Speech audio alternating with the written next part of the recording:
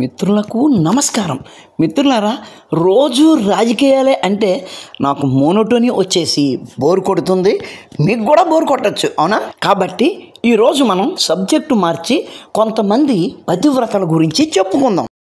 సావిత్రి, అనసూయ, సక్కుబాయి, భానుమతి, ద్రౌపది, ఇలా మనకి మన వాంగ్మయంలోని పతివ్రతలు అందరి గురించి తెలుసు.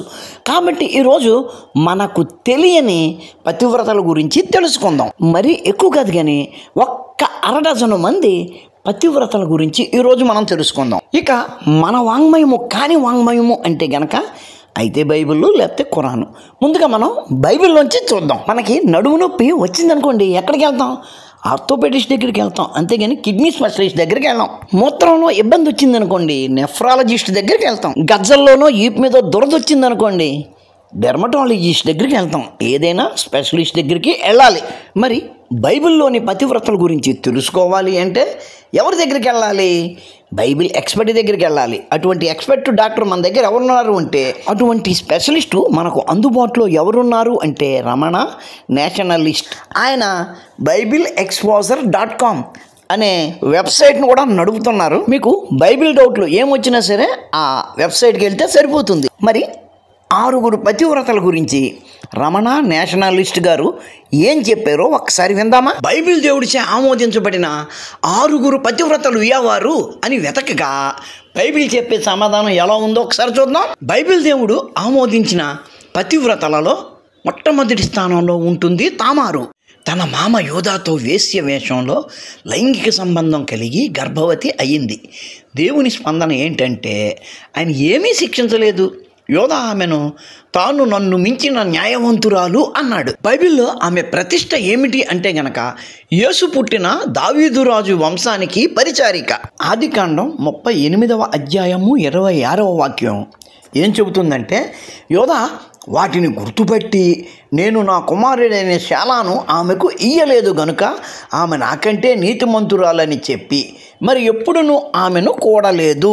బైబిల్ ప్రకారము ఈ తామారు ఎంత ఆదర్శనీయమైన పతివ్రత అంటే, ఇదే బైబిల్లో రూత్ అని మరొక పతివ్రత ఉంటుంది. ఆవిడ గురించి కథ మనం విపులంగా చెప్పుకుందాము. ఆ రూతును బోయజ్ అనే ఒక ఆసామి పెళ్లి చేసుకుంటాడు. ఆ సమయంలో ఆ ఊరి పెద్దలు అతనితో ఏమంటారంటే, అది 4:12 రూత్ అనే గ్రంథంలో 4వ చాప్టర్లో 12వ వాక్యం అన్నమాట.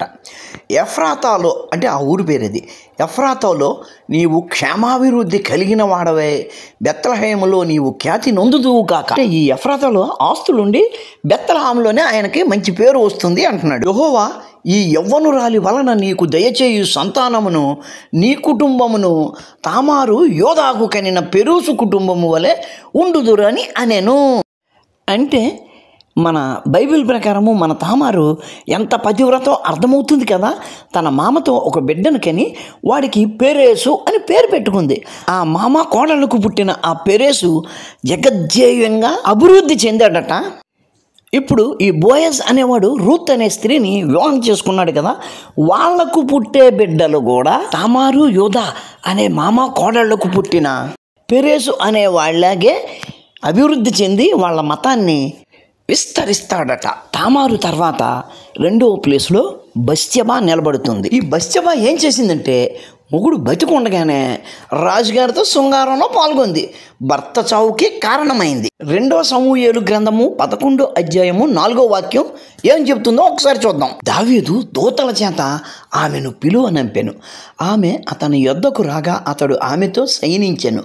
కలిగిన అపవిత్రత పోగొట్టుకొని ఆమె తన ఇంటికి మరల వచ్చెను. ఈ అక్రమ సంబంధానికి దేవుని స్పందన ఏమిటి అంటే, దావీదుకే శిక్ష వచ్చింది, బత్షెబాకు శిక్షే లేదు. మరి ఈ బైబిల్లో ఆవిడ ప్రతిష్ట ఏమిటి అంటే గనక, ఆమె దావీదు కొడుకైన సొలొమోన్కి తల్లి. సొలొమోన్ పేరు మనం చాలా చోట్ల విన్నాం కదా.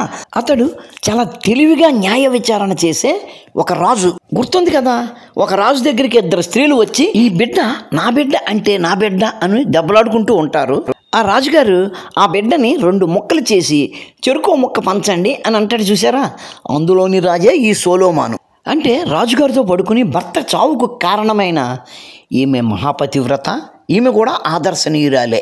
ఇక మూడవ పతివ్రత లోతు పెద్ద కుమార్తె. ఈమె ఏం చేసిందంటే తండ్రికి మద్యం తాగించి అతనితో లైంగిక సంబంధం కలిగి ఒక బిడ్డను కని వాడికి మోయోబు అనే పేరు పెట్టి మోయోబీయులు అనే ఒక జాతికి మాతృక అయ్యింది. ఆదికాండము 19వ అధ్యాయము 32వ వాక్యం ఒకసారి చూద్దాం.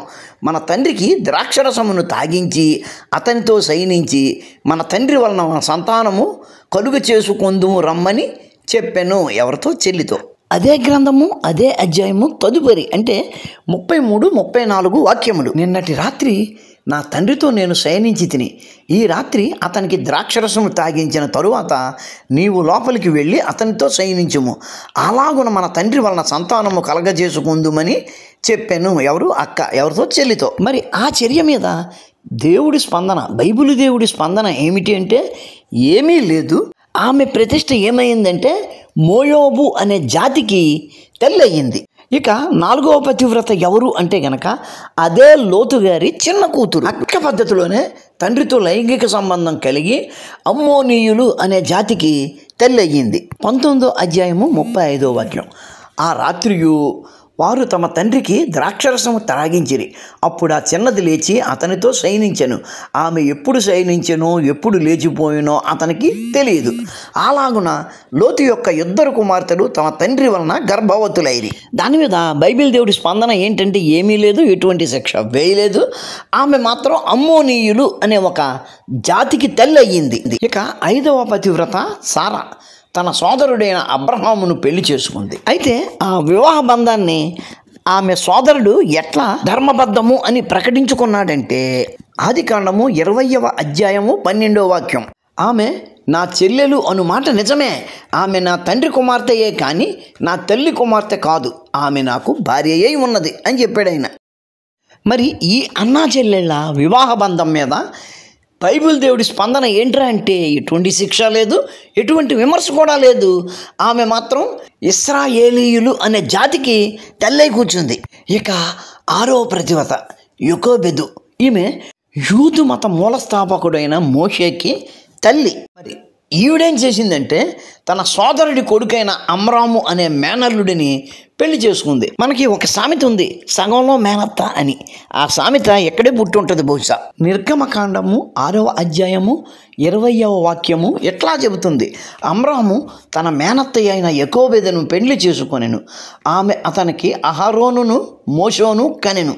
అమ్రాము 130 ఏండ్లు బ్రతికెను. ఈ అక్రమ సంబంధ వివాహానికి కూడా బైబిల్ దేవుడి స్పందన ఏమీ లేదు, ఎటువంటి శిక్ష విధించలేదు. ఆమె మాత్రం యూదు మత స్థాపకులైన మోషే మరియు అహరోనులకు తల్లి అయ్యింది. ఇక్కడ మీరు ఒక్కటి గమనించుకోవాలి, బైబిల్లో ఎందరో పతివ్రతలు ఉన్నారు. అందరి గురించి చర్చించడానికి మనం సమయం సరిపోదు. అందుకే కేవలం ఉత్తమ 6 టాప్ 6 పతివ్రతలను మాత్రమే ఇక్కడ మనం చెప్పుకున్నాం. ఈ బైబిల్ పండితులు ఏం చెప్తారంటే పైన పేర్కొన్న ఉదాహరణలు మానవులు తమ స్వబుద్ధితో చేసినవి తప్ప అందులో దేవుని ప్రమేయం లేదు అని కొందరు వాదిస్తారు.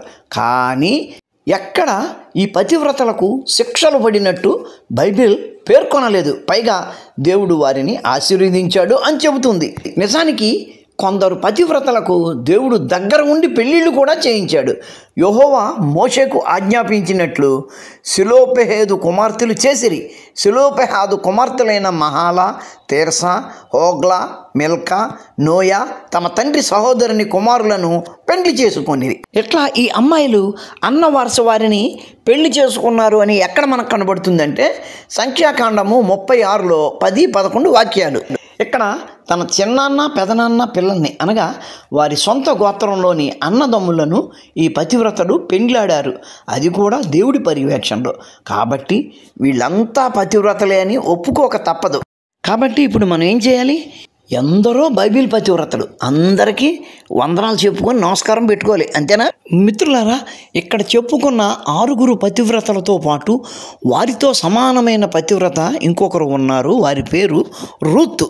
బహుశా రమణ నేషనలిస్ట్ గారు మొట్టమొదటి 6 పేర్లు తీసుకోవడం వల్ల అనుకుంటాను రూత్ గారి పేరు ఇక్కడ రాలేదు.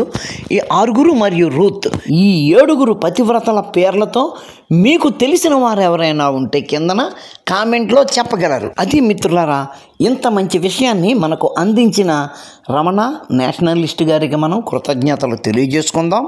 అలాగే వీలుంటే ఆయన ఫేస్బుక్ పేజీ చూడండి.